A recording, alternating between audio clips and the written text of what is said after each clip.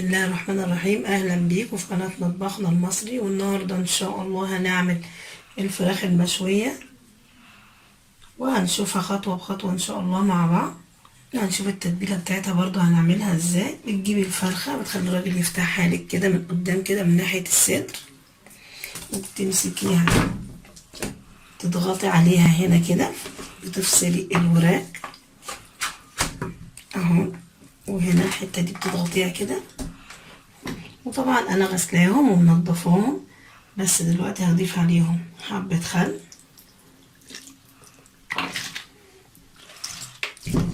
وهقلبهم في الخل كده، وبركنهم 5 دقايق بس، وبعد كده بشطفهم. ودلوقتي هنبدأ نعمل التتبيلة ان شاء الله. هنشوف المكونات بتاعتها ايه واحنا بنعملها.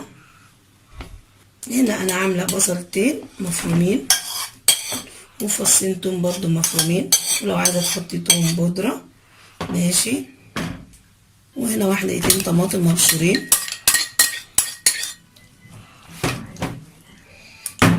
والبهارات بابريكا، بهارات مشكل، فلفل اسمر، جنزبيل، معلقة زعتر صغيرة، والملح. وبنضيف كل البهارات على البصل والطماطم.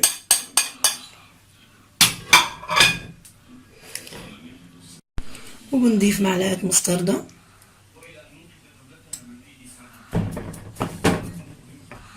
ومعلقة كاتشب،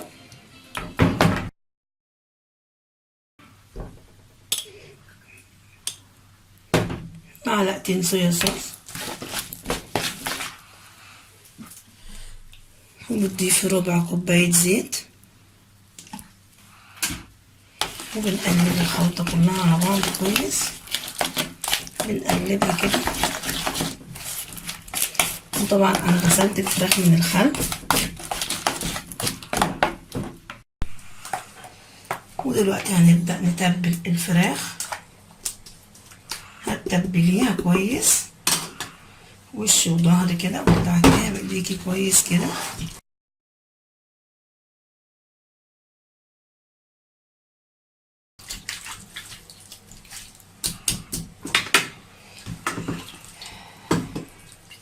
وتجيبي السكينة تديها فتحات هنا كده،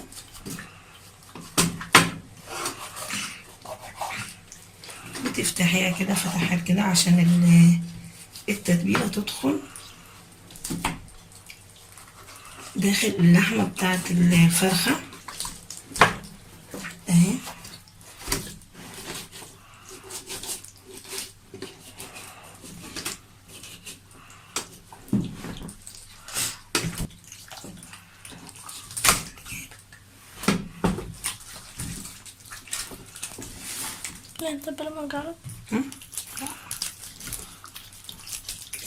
نتبلهم كويس كده،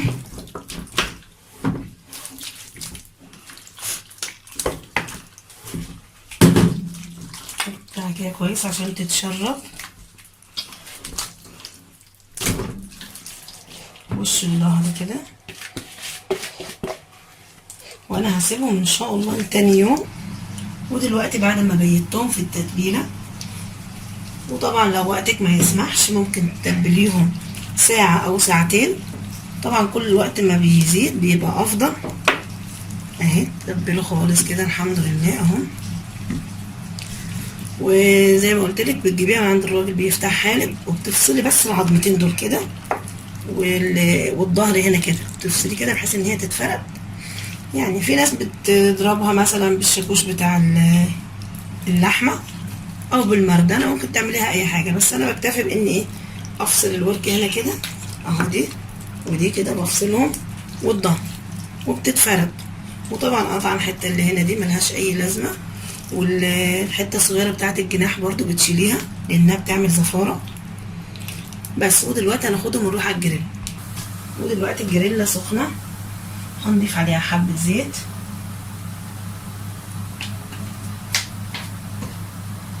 عشان بس ما تلزقش. وهنبدأ نحط اول فرخة.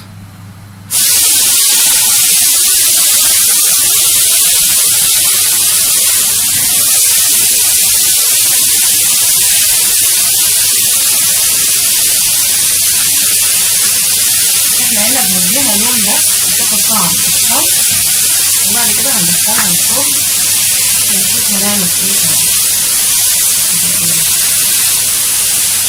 دلوقتي انا قلبتها على الوش التاني،